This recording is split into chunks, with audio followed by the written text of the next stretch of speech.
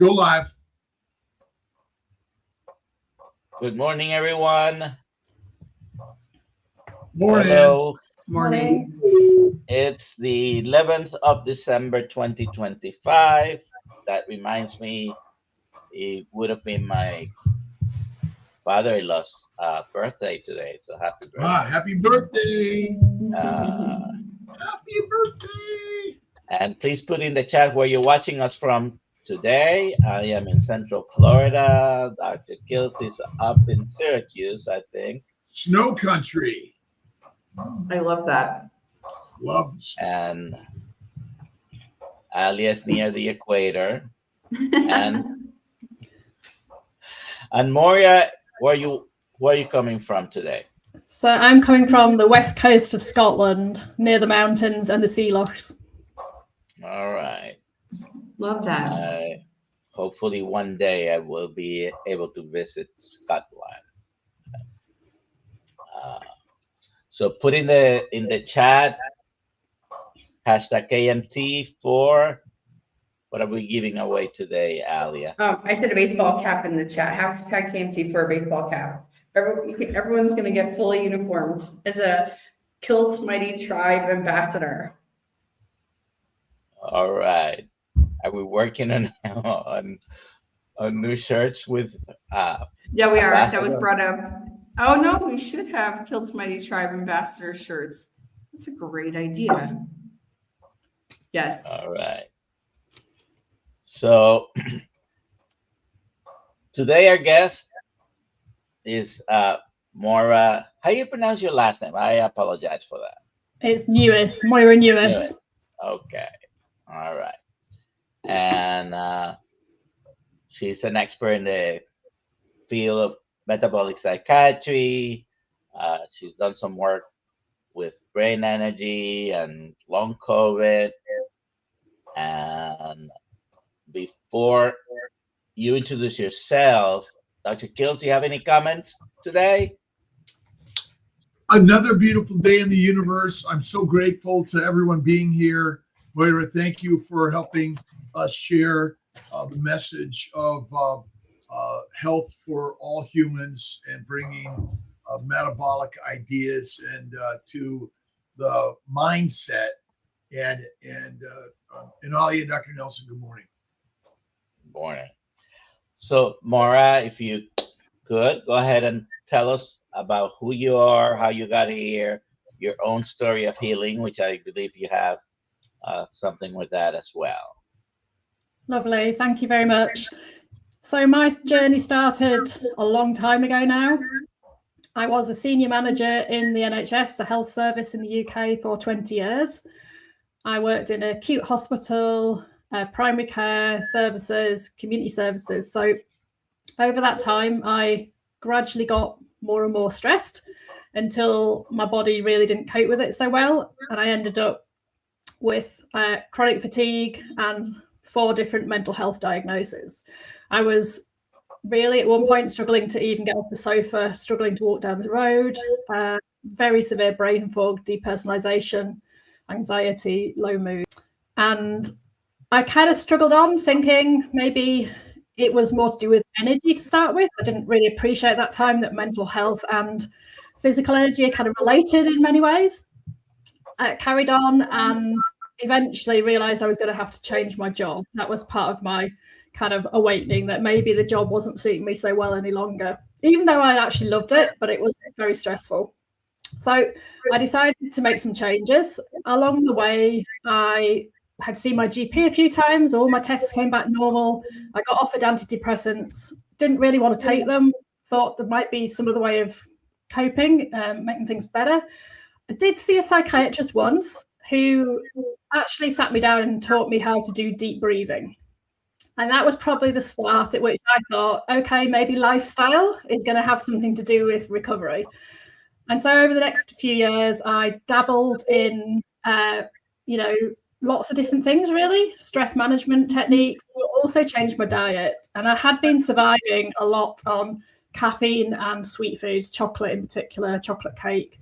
I would even leave board meetings to go and get my fix of chocolate and caffeine with nobody knowing, come back to keep myself going. So I went low carb initially, and then I decided to retrain. I got very interested in nutrition, decided to retrain as a nutritional therapist. And in my very first 2 months of training, there was something about mitochondria in the syllabus. And I got really interested in mitochondria, discovered the ketogenic diet and its effects on mitochondria, decided to do a full keto diet myself for several months. And that culminated at the end of 3 months in me completing a 100-kilometer bike ride event, something I would never have been able to do, like, you know, a while before that. And I remember coming to the finishing line and I was crying tears of joy, because I knew at that point that I had completely sorted my energy problems out. And while my physical energy improved, my mental energy improved too. And all my mental health conditions also went into remission. So that's kind of how I got into the world of nutrition and completed my training, 3 years of training to be a nutritional therapist and a health coach. I have dabbled in carnivore myself as well, partly because a couple of years into being keto, I discovered that after a viral illness I had, that my thyroid was a little bit struggling a little bit. And so I decided I would try, you know, keto wasn't really sorting it. So I decided I would try a carnivore diet. And amazingly, to me at that point in time, within a few weeks, my thyroid was completely back to normal. So I continue to I cycle on and off the carnivore diet, using it to make sure that I keep my thyroid in the right place. I do have an autoimmune thyroid condition. And I am not strictly carnivore, but I'm very animal-based myself. And I now work with clients using similar approaches, particularly in the field of chronic fatigue and mental illness, now to help them reboot the brain energy and, you know, get their lives back on track again. So that's a bit about me. Very good. I would like to Go ahead, answer this Alia. question. What type of doctors are you all? It's someone watching, a new person watching from. Well, I'm a OBGYN and a fertility doctor. Dr. Nelson? I'm a family physician and metabolic health practitioner. There you go. Moira, what's your Yeah, label? so I'm not a doctor. I'm a BANT registered nutritional therapist in the UK. That is the professional body for nutritional therapists. And I'm also a qualified health coach as well under the UK IHCA, which is the UK and International Health Coach Association. Alia? I am a doctor of StreamYard. It's an interesting thing where we get our labels from, and somehow we make these labels have meaning. But Moira, did your standard training as a nutritionist teach you about carnivore and keto as a therapeutic modality to heal people who are sick mentally? No, but I can please to tell you that I lectured at the national conference this year on carnivore diets to my profession. So they are now beginning to get that training coming through. And it is well accepted. In fact, the dean of the school I worked at is very proactive in looking at keto and carnivore. And I know that there is definitely a strong interest growing, and many people experimenting on themselves with things, you know. It's interesting in my profession, you quite often, you know, on several group chats, and you quite often hear of people who themselves still can't resolve their health problems. And I'm thinking, when they haven't tried keto, they haven't tried carnivore, you know, so they're really only dabbling in the edge of metabolic health, I feel. And they're not maybe, you know, really diving in deep. Is it possible it's simply we're poisoned by plants? Yes, I do believe that. And I think that even personally, the thyroid issue might have been me eating too many nuts and things like that was affecting the absorption of, you know, minerals on my keto diet. And, you know, that didn't have a lot of plants in it. What do you know about keto? What do you know about goitrogenic foods? Well, yeah, that you know. Well, so goitrogens are known thyroid damaging substances. Yeah. That's simple. And so what if they're all tumorgenic? They damage every every organ system and cellular structure of our body, not just the thyroid gland. Yeah, I think there's several different plant compounds out there that can have systemic effects. It's not just goitrogens, there's lots of others too. And I think that some people are just more sensitive to these effects than other people are, so whereas some people might thrive with some of those foods in the diet, other people, it just doesn't suit them, is my personal view on this. Could cancer be an allergic reaction? Well, I do believe cancer is a lifestyle issue, and a lot of it is to do with food. So allergy. So I'm thinking of our sort of simple description of allergies. And an allergy or an inflammatory reaction is redness, swelling, pain, heat, dysfunction, damage to the cellular structures, the cell, damage to the organ that those cells are critical for, and then death, dysfunction and death of the organism. I don't know what's happening in England, but is the healthcare cost going up or down? It's going up. It's going up, and it is, it'll be the same as in the US, that we're very good at treating acute, coronary problems, but we're very poor at addressing, the root cause and prevention and reversal of chronic disease too. Yeah. And I mean, I know you had on Louise Benning recently. He's a public health collaboration ambassador in the UK. I actually also involved with that charity because I'm very much a believer in supporting, the message that real food is part of the answer here. And I sit on the scientific committee for that charity. And our message is clearly that, the starting point needs to be real food for all chronic disease. It's all disease. I mean, you name it, it's what we breathe, drink, and eat. Because even a carnivore can get any illness. Yeah, absolutely. And I've even been at ketogenic, professional events where people are consuming a lot of alcohol, for example. And I'm thinking, so you might be eating well, but you're putting a lot of toxins into your body. That's not a good thing generally. So I believe it's a holistic approach. It's not, personally, I believe that if you're, for optimal health, you've got to be exercising regularly. Personally, I lift weights twice a week. I very much encourage my clients to be thinking about circadian rhythm, light exposure, as well as the food aspect. So how does a ketogenic or carnivore diet physically changes brain energy metabolism? Great question. So in a few different ways. Firstly, I'm assuming that anyone carnivore is really also probably keto as well in terms of producing ketones. So the ketogenic on the body and on the cells is really at different levels. One is at the mitochondrial level. So mitochondria, prefer in many ways to burn ketones as a fuel. It's cleaner, it gets around, it uses less oxygen, and it also gets around the problems of things like insulin resistance where the brain can't access glucose effectively. It's also anti-inflammatory in a variety of different ways. So all those things kind of support, the improvement of brain energy just generally. And there are quite a number of studies coming out now showing that ketogenic diets in particular are, being used in even randomized control trials now for depression, for bipolar, etc. And we're getting really promising results. Someone is asking about creatine for brain health.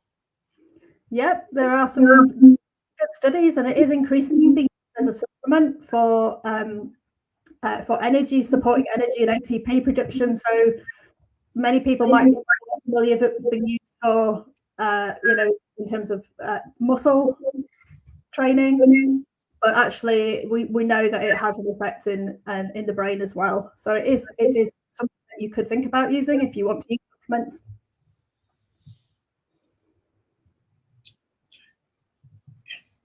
I always go back. Well. I question all of our science. I think it's massively wrong, even in the keto carnivore world. alcohol is harmful for us. Great. Agreed. And alcohol is made by microbes, yeast and bacteria, fermenting amino acids from proteins and simple sugars, mostly from plants. Is it possible that our simple damage is secondary to auto brewery syndrome because we're making small amounts of alcohol every day between the lips and the anus, which are damaging our brain, and it has nothing to do with ATP energy. It has to do with we're poisoned by plants and alcohol. But there's definitely a good argument for that as well. So one of the problems I commonly see is, I'm sure you do too, symptoms of, that the gut isn't happy with bloating, pain, whatever. And I think my personal view is that is probably to do with fermentation at the wrong point in the gut and too much fermentation going on of plant foods, in the upper intestines, with lots of knock-on effects, in terms of things like stomach acid production, enzyme production, and that will all feed in because, we're really complicated organisms. So if one thing goes wrong somewhere, there will be a signaling process in there that will link back to the brain, whether it's through the nervous system or hormones or, proteins. It's complicated, but all those organs talk to each other. So if the gut's not happy, the brain is going to know about it quickly because there's a lot of feedback from the gut to the brain. Although, isn't it probably simpler than we say? Because science makes everything very complicated. And ultimately, are 3 meals a day from day one to day you're done, a healthy lifestyle? That is just a pattern we've got into in modern society. In fact, most people are eating more often than that, aren't they? Even waking up at night sometimes to eat and things. So, yeah, I believe, I'm a big believer in finding what suits you for your health. And that could be eating 3 times a day, but it could be eating once a day. It could be having periods of fasting that, go on for longer. Personally, I usually eat about 2 times a day. So I just find that suits me best. I do find some clients who want to do 1 meal a day struggle to eat enough sometimes. So that's sometimes a little bit of an issue, but I know it's quite popular in the carnivore world to do 1 meal a day. Yeah, I've been doing 1 meal a day forever, and going 3 days no food once a month, 5 days quarterly. Dr. Nelson did 22, and I did 15 days. Was it July or August of this year? And felt amazing. I imagine 50,000 years ago, the herd has moved on, and we've got to walk to get there and find him, right? Absolutely.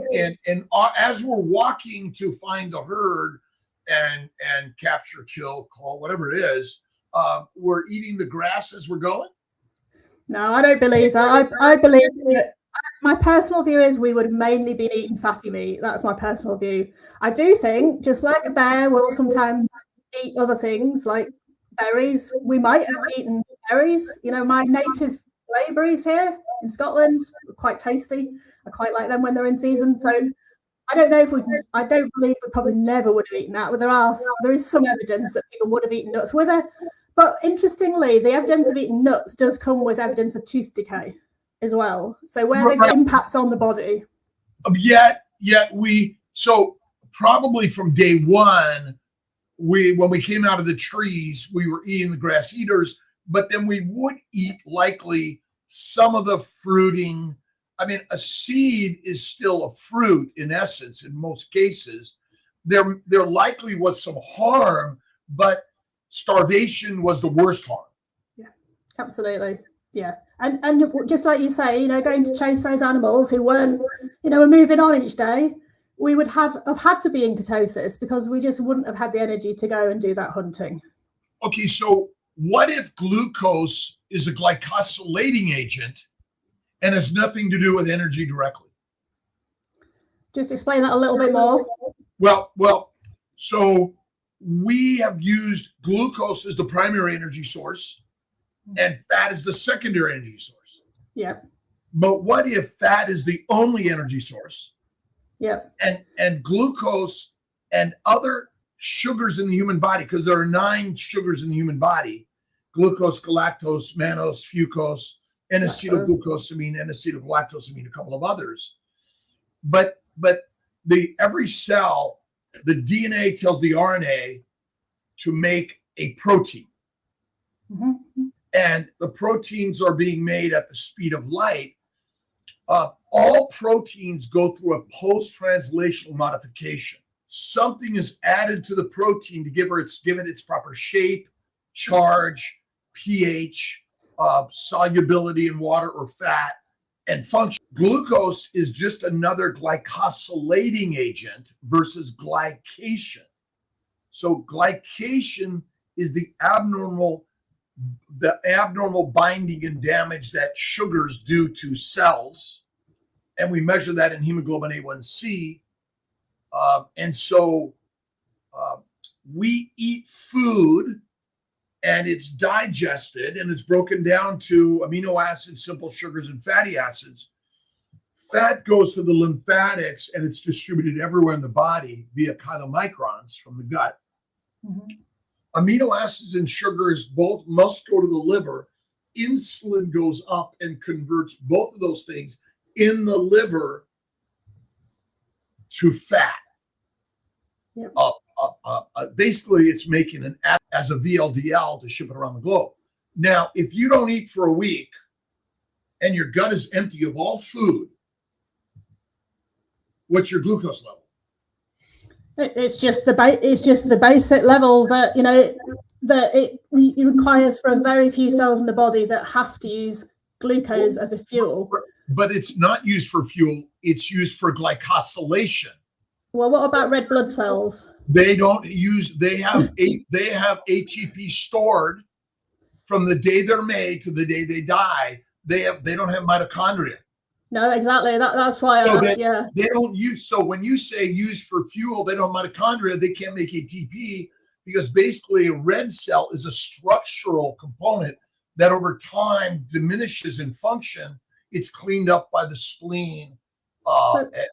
So why do you? I love that, and I will look into that. It's fascinating. So why do you think that if you think that there are cells that don't need glucose, okay, why do you think that the liver appears to make glucose as, to retain this basal glucose level? Because the liver also makes amino acids and proteins. Yep. But it also, what's the most important thing the liver makes? What's the number one liver disease? What's the number one liver disease? Oh, yeah. Well, fat. Yeah. Fatty liver. Yeah. So what's the number one function of the liver to make? Yeah. Yeah, absolutely. Okay. Now, here it's simple. What's the standard diet for all of us humans? Fruit, fiber, vegetables, seeds, nuts, salad, chicken, fish, turkey, lean meat. What's our diet missing? Fat. Now, bears become hyperphagic in the spring, late the summer and fall. Why do they get hyperphagic and must get fat? Because they will not survive without fat.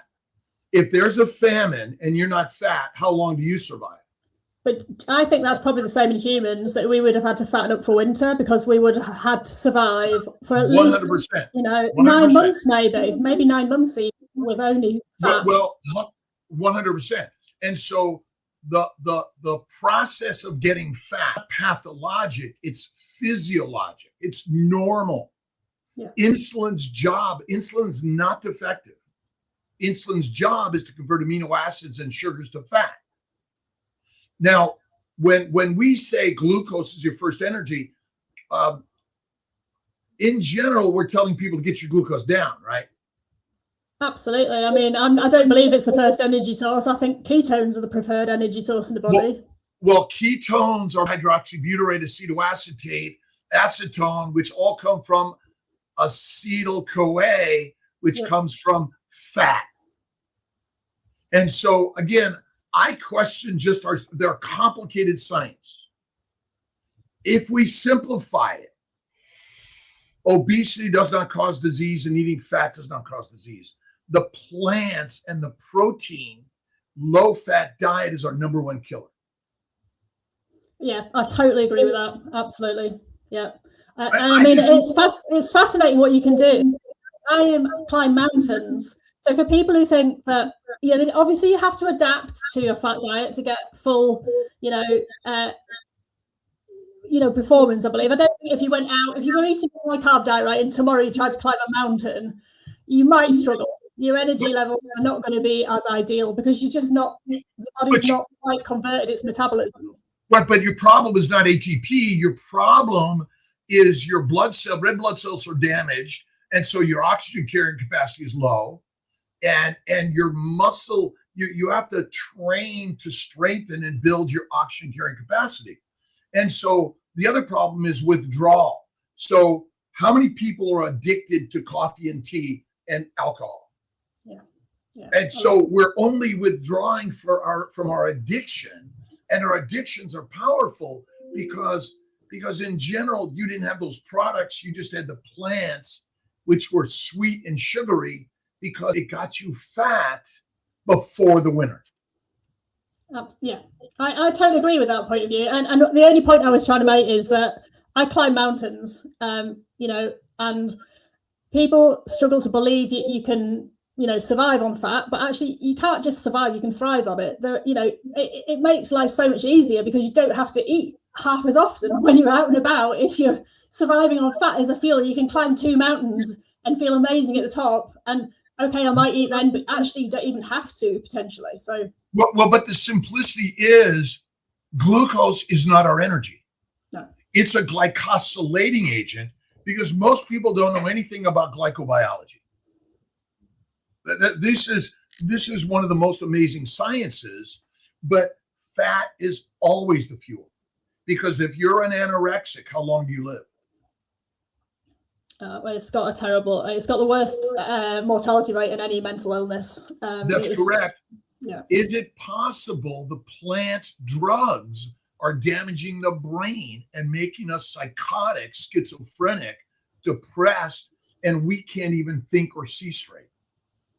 There's definitely some evidence that plant compounds can contribute to that. Absolutely. And I do think that I've seen with clients that sometimes, when they've tried going keto already and they've still got problems, if they go carnivore, it's just that another step up, and it's just removing more of those. The only difference is you're taking the plants out because you're still using fat as a fuel. Well, fat is always the fuel. That's where I want us all to get to. I mean, Dr. Nelson did his normal activities for 22 days and didn't eat a thing. I did 15 days. I climbed mountains. I flew airplanes. I operated on people. I went to work every day. Food, we need far less. Every time we tell people we're not eating enough food. But I'm curious about your experience in people that have had anorexia or mental brain dysfunction and moving them onto a carnivore, which is a keto diet. Yeah. So I haven't dealt with anyone with anorexia. So just say that first of all. So I deal with people with schizophrenia, bipolar, depression, anxiety, various other conditions. So I can tell you, I've got a case study I'm hoping to publish this year, which is actually about severe anxiety. So it's an interesting one because the lady came to me and she'd already done a bit of experimentation herself. She had gone low carb already, and she did feel a little bit better, but it wasn't really shifting things enough.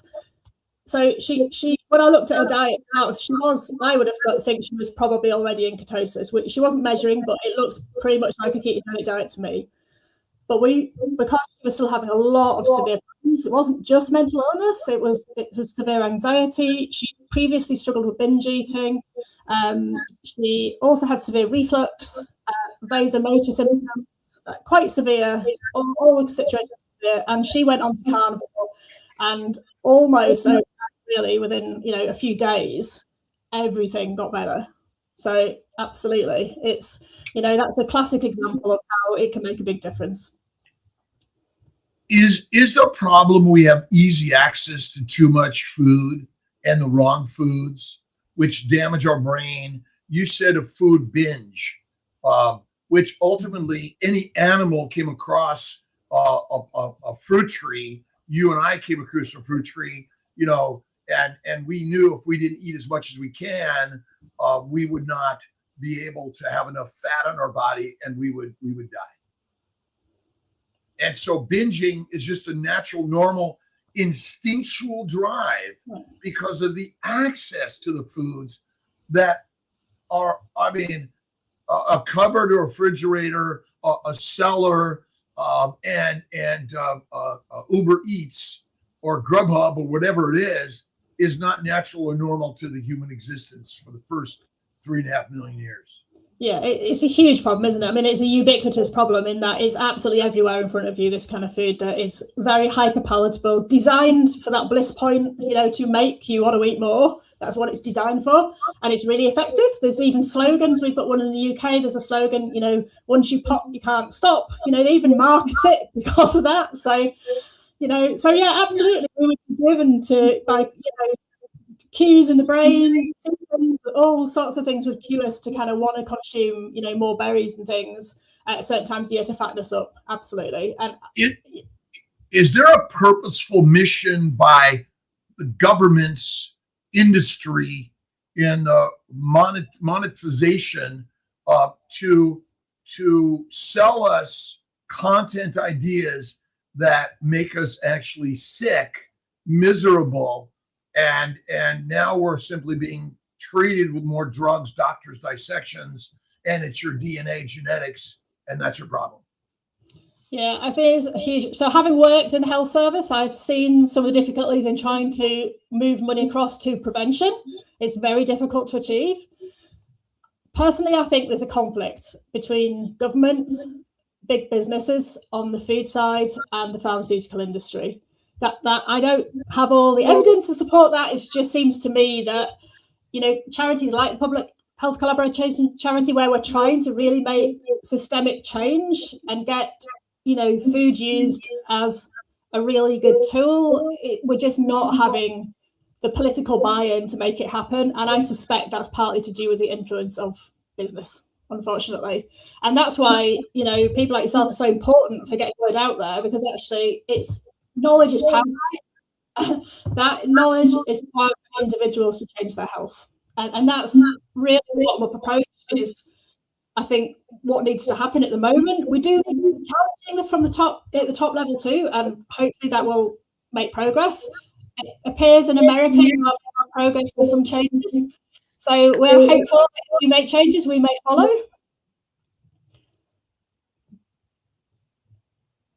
What can we do to ourselves personally, our family, friends, or colleagues, and the community at large around the globe? That's a big question. Personally, we're asking you to solve the world problems. Yeah, exactly. Yeah. So at a personal level, my personal belief is that you need to get your body burning fat optimally. Fat is the fuel. We need to be using that as well as we can. So we need to be training our metabolism to burn it effectively. And that means eating things like fatty meat. I mean, some people will cope without cutting out all plants. Some people will put a bit of dairy in. Some people have eggs and fish.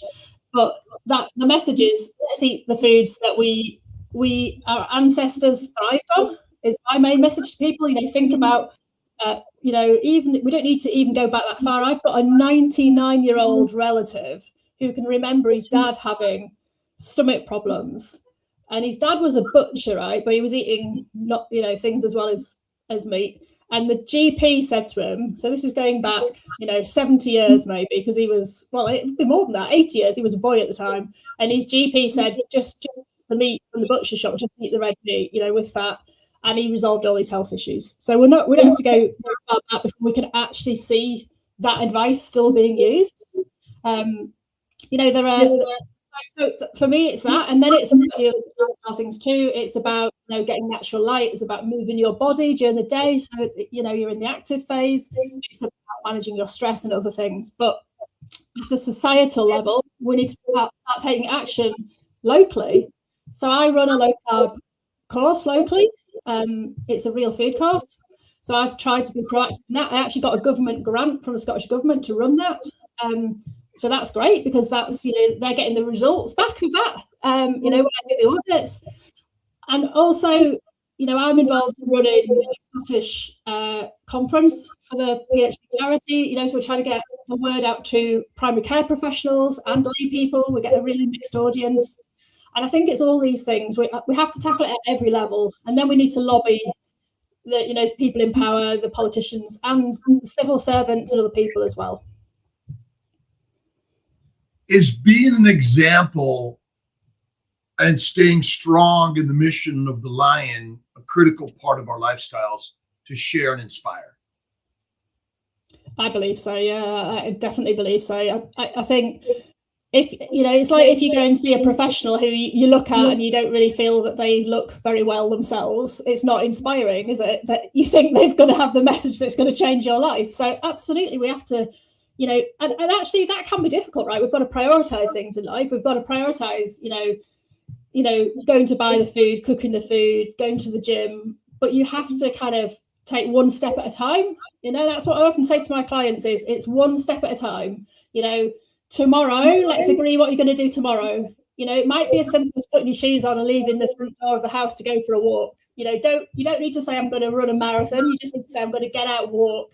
And then the next day you go a bit further. You know, so for me, it's about simple changes that you can start activating tomorrow and you build on them as you go. And that makes it more sustainable. You know, if you can, I'm a big believer in like thinking about how you generate new habits. You have to break habits too, but generating new habits, you know, is often a case of thinking about, you know, not just what you're going to do, but when you're going to do it, how you attach it to something else in life. You know, most of us will brush our teeth in the morning or when we've eaten food, you know, so that's the habit that we've ingrained in ourselves. And we know that we do it all the time of day. We know where the toothbrush is. And it's the same with food or lifestyle things that we just have to, you know, think, right, when am I going to do this? Plan it into your life. You know, every day after work, I'm going to go and pick up, you know, go to the butchers, you know, whatever it is for you that makes a difference.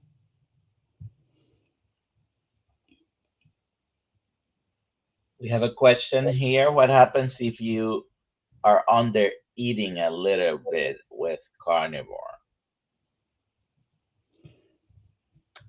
Okay, well, I think my view on this is it depends on how often this happens and whether you've got a, you know, how do you know you're under?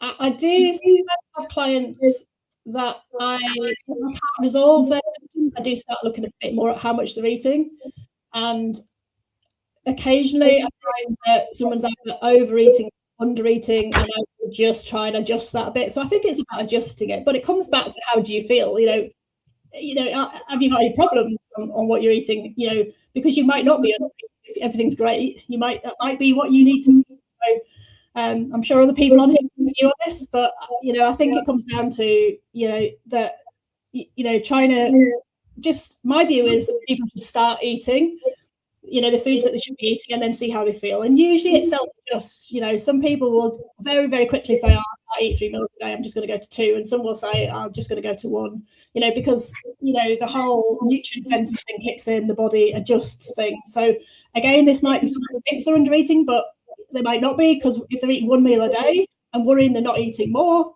but that might be okay for them. Most probably, I know Dr. Kiltz was saying you eat 1 meal a day. You probably don't worry about under eating. You probably just eat till you're satisfied, I'm guessing.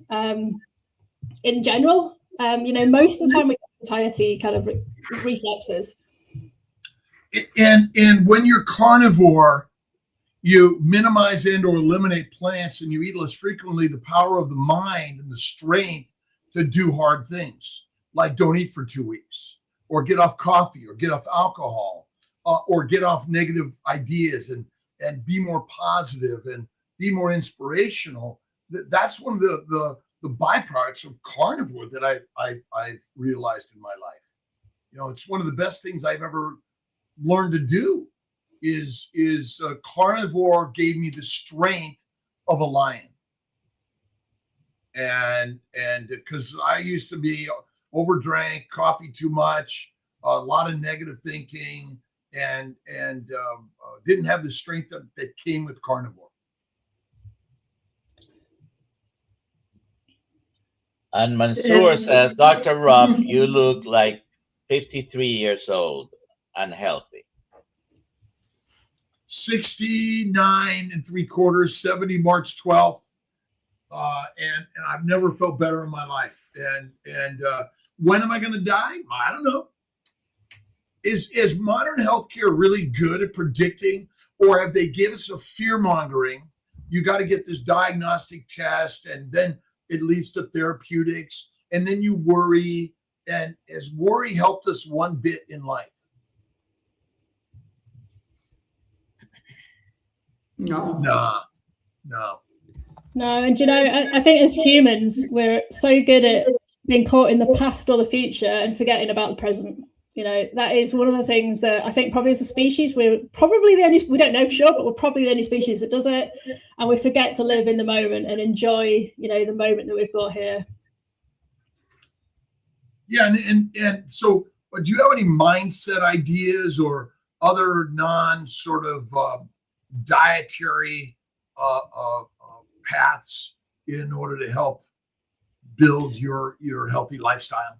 Yeah, absolutely. So I'm a big believer in positivity generally.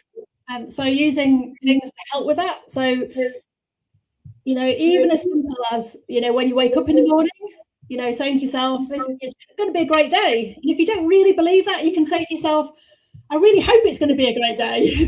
So even simple things like this, even looking in the mirror and saying, hello, amazing, good morning, how are you? It's going to be good. Give yourself a high five. I dance in the kitchen every night when I'm cooking my dinner. Put the music on. Mindfulness. I love mindfulness. Being in nature. Taking the awe of nature. Looking at a tiny insect. This morning, I went for a walk every morning before work. This morning, down my way, the farmer's got a new ram, and the ram's obviously being told that it's really, really friendly. It comes for a cuddle, so I can rub its head every morning. So this sheep I'm in conversation with. So, it's just all good stuff, isn't it? And I live somewhere where it's quite wet and rainy a lot of the time. So, any other little things are great. We saw a red squirrel the other day. So yeah, I think mindset is really important, and it can be hard if you're feeling in a really bad place. So people can struggle with that a bit. When I have severe brain personalization, and if somebody had said to me, you just need to think more positively, I know. But I think together as a powerful tool to use that alongside diet and other things, it's really important. Yeah. One of my favorite books, of course, in Miracles, the Christ-based teachings, which is a big one that I recommend for everyone. It's and basically a faith, but you got to instill in your mind the philosophy of those that have come before us to help us shed our negative thinking. I think mindset is the master set, and you got to read, listen to, watch stories that are going to be inspiring. And the Gospels of all religions and the place of churches for so many people can be a link and inspiration, but you got to get really down into the words and ideas of why it's so important for all of us. And, what are you reading? What are you watching? What are you listening to? Do you have any favorite books, Moira? As in, what kind of books? Any books that have inspired you into positivity and mindset? I've got loads. Let me have a look, see what I've got. Actually, this is quite an interesting one.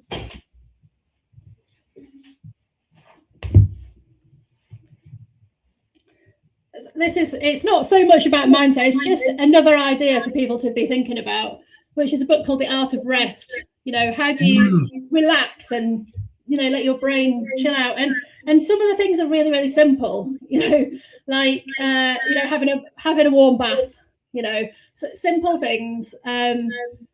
Again, she talks about being in nature and things like that. There's some interesting studies done that even, in care homes, people using virtual reality to get closer to nature has a positive effect on mental health. So it's amazing really that, the blue, the green space, all these things, also social support, having fun with people, having a laugh, playing games. I have a relative who is in his 90s, a different relative, who has always hidden behind the sofa to pounce on the grandchildren. and he just has fun. He's not forgotten the art of play and the joy of just being a child, and I like to bring that back in, dancing and things like that. Yeah, we need to get back to our childhood and childlike nature, because we are children of God, and that's where there's such a playful nature, games and celebrations and parties. And as a carnivore, you can enjoy the connection of the people, and maybe eat an oopsie cake or a little bit of Kiltz ice cream with just the cream, the eggs, and the joy of a cold treat can be really helpful. Dr. Kiltz, the book about glycocalyx is the one that this is referring to. Well, here's the Course in Miracles. Here's the Christ-based teachings, and a couple of books. They were asking about the glycobiology book you held up. Yep. I get to show them all. What's the title of that one? The one is what is this one? On your right hand. Essentials of glycobiology. And basically the glycocalyx is like the plants all around the earth. No plants, no life. There's sugars that bind every membrane of our body that create the environment for all life. Without sugars on every cell of our body, our red blood cells, our blood type is not determined by a protein, but determined by a sugar. Our HLA antigen is not determined by a protein, it's determined by a sugar. The glycocalyx is the barcode, it's the transmitter and receiver. It creates the mucopolysaccharide layer. Heparin sulfate, chondroitin sulfate are all sugars. And sugars are critical for the function of the human body. And adipocytes contain sugars. Muscle cells contain sugars, but they also contain fats and proteins and minerals and vitamins. When you eat meat, you eat sugar all day long. The difference is plants contain a cell wall, which is a very, very tight structure of sugars that form the starches, and the shell of a lobster is made of what? Sugar. And so misrepresented sugar's function in the sciences, unfortunately. And as the glycocalyx is damaged, cellular function is damaged, the membrane function is damaged. This is where all damage is. So imagine with all the plants in your environment gone. The winds and the water will erode the soils, but the root systems have and the plant structures above the ground are holding the soil, plus they're communicating with other organisms and plants. The same thing's happening with the glycocalyx. It's communicating with all structures of the body and all other cells, including foreign cells. Was that a simple answer? But if you read my Kiltz Keto Carnivore book, we also talk about the glycocalyx in there. And it's fair to say, isn't it, the disruption of the glycocalyx is implicated in loads of different health conditions. I would say every disease is actually a disruption of the glycocalyx, which disrupts the function of a protein. Yep. But the protein is functional because of methylation, hydroxylation, glycosylation, and many other post-translational modifications that happen at the speed of light. And so, again, the liver when the insulin resistance is actually liver damage. As the liver function drops, glucose levels rise. And when glucose levels rise, what else rises? Insulin. Insulin is just trying to do its job.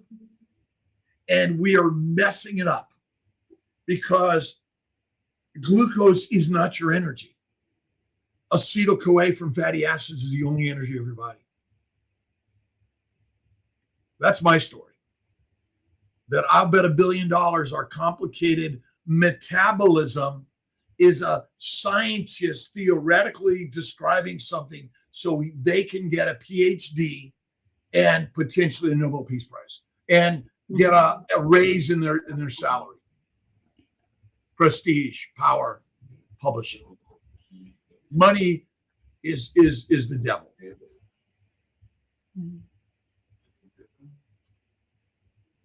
Next question. Deep Sea Otter asks, is coffee considered a health food? Well, my view on that is no, it's not. There are a lot of studies out there trying to show it is. I'm not convinced personally. Well, so has alcohol been shown to be good for us. Exactly. Look at driving a car is good for us, healthy. Riding a horse, doing a marathon, flying in an airplane. They're just things we do. Now, what you think about them is a major factor, and how you consume them is a major factor. It says the Ozempic is sure making its rounds. Saw Melissa McCarthy change.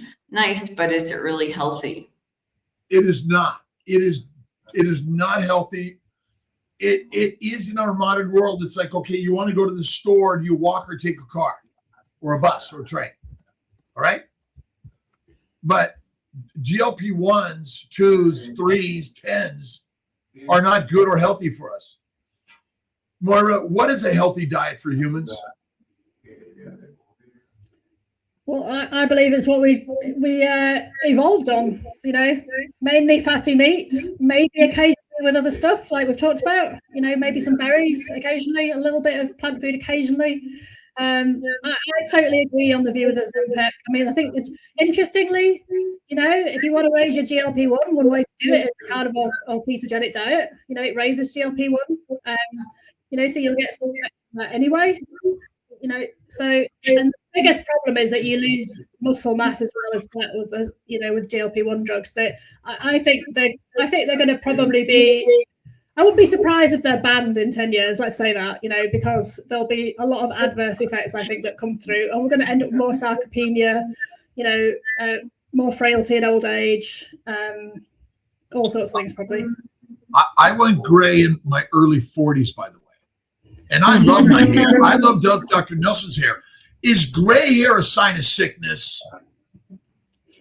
No, it is not. By the way, it's a sign of wisdom, right? Wisdom. Look at our skin changes, our hair changes. I don't care if you're carnivore, but mindset is the master set. Judge not lest ye be judged, or simply judge with love. You look amazing. I don't care. Does obesity cause disease? Does being drunk cause disease? It doesn't. It's the food and the wine, whiskey, or beer you consume that actually caused all those things. Obesity is not a disease. Is eating fat good or bad for us, Moira? Oh, it's good for us. Good for us. Mightily good for us. Masterfully good for us. Let's do the giveaway. Well, if there's any other questions that pop up, we can answer those. So this is for a baseball cap. KMT, join KMT for free. Join and become a life coach on Kiltz Mighty Tribe. We have paraphernalia. We're working on our Kiltz market space where we can help you find products we think are good for us and important you get a discount. We get an affiliate pricing on that, and it helps those manufacturing of our products around the globe, every country of the world. Steve Rogers, all right, well, win this week already? He did. I don't know. This is so weird. Congratulations. You have to email me. I don't control this. I love white hair. I love gray hair. I love no hair. I love all hair. Love What Is by Byron Katie's another great book to read. Well, on the point of hair color, you don't really want to dye your hair because that's a toxin as well, isn't it? So just go for the natural shades. And then if you're judging someone sick and ill because of their hair, that's not the way we're here to live. I am healthy doing and that for you. We love you. If you're judging others, you might be suffering what Dr. Zig Ziglar used to say. You're suffering from stinking thinking. Yes, and our good friend Ben Azadi is out there sharing these wisdoms and words of positivity, and that's what we're here to do. And that's my mission in life: is continue to share wisdom and words of positivity, love, kindness, and generosity. Today at 3:00, Jenny Middich. Yeah, Jenny Middich. I'm going to be there today with you. Okay, guys. awesome. And yeah, awesome. I'll send you the link. Oh, Dr. Kiltz can play guitar. 90 Day in the Universe. What do they do with my picket?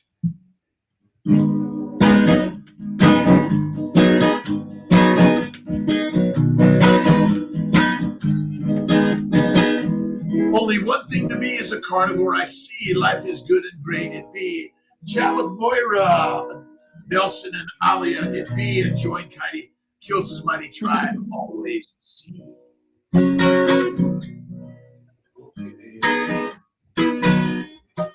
right. Is it? No. Oh, we got 2 minutes. What are the questions for Moira? There happens to be none.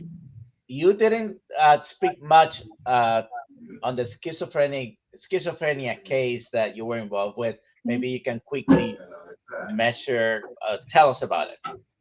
Yeah, I published that case study because I felt it was an important message of hope for people, because this was a gentleman who had actually been homeless and he'd been sectioned in hospital several times. He had discovered the ketogenic diet a few years before in a self-help book, not in a diet book. It was an extra strategy in this book. And he dabbled in it, but he was doing lots of cheat days and things, and his mental health got worse in the cheat days. And then he wanted to try the diet more properly. When he came out of hospital, he contacted me and he wanted to do a carnivore diet, which sounded like a great way for him to go. Also very simple, At times he was living in a hotel room because he was homeless still. He only had a microwave, a plate and a spoon. And he just did it using a very simple ground beef, high-fat ground beef, and beef tallow. And he put his schizophrenia into remission. And I tracked him I've been in contact with him for well over a year now. He's still in remission and he's now volunteering mental health services. Well, are we in remission from poison ivy? No. All of our problems are not a disease, but an exposure to a poison that damages us. And we are not in remission. We are simply healed and not poisoned any longer. Again, I'm throwing that out there that as it's simplicity. It's like, again, fermentation. You're alcoholic all your life.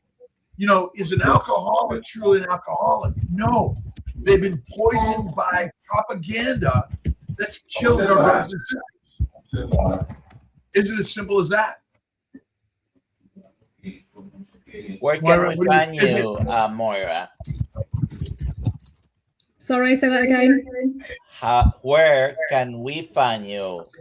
Yeah, so it's Moira Newiss. I am the only Moira Newiss in the world, so that's quite lucky for me. So you can find me easily using my name on Instagram, on Twitter, Facebook, and also my website is my name, so it's www.moiranewis.co.uk. I've got some resources on there that people might like to take a look at. And yeah, I welcome anyone to come follow me or ask any questions. Thank you When for are we being going to do a here. carnivore conversation? Alia? Most likely in March. Okay, let's get them all scheduled. These are very important. What Moira's sharing is I was in New York City, and there are plenty of homeless people, and ultimately, I was talking to a friend whose mother was an alcoholic, a drug addict, and father, and all these problems we're all having in the world.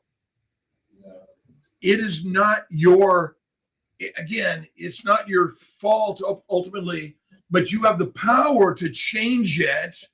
And our job is to share carnivore concepts around the globe that we can help our brothers and sisters. And what you're doing is magical and masterful, and keep doing it. Let's keep growing and helping our brothers and sisters, ambassadors around the world. That's what we're all here to be, is ambassadors of why carnivore is like amazing, right? Amazing. We have one last question, and I brought it up. I asked them to email me so I could give them the information of what's happening. Okay. Yeah. Duncan says, hi from Scotland. Great to see people like Moira here. Oh, it's been great conversation. You know, I like being challenged as well. It's good. You know, I always learn new things. So that's the whole point of things like this, is that we all learn and, you know, increase our own personal knowledge. Awesome. All right, everybody. See you at 3 p.m. Dr. Nelson, Dr. Kiltz, live with Jenny Mittich. All right.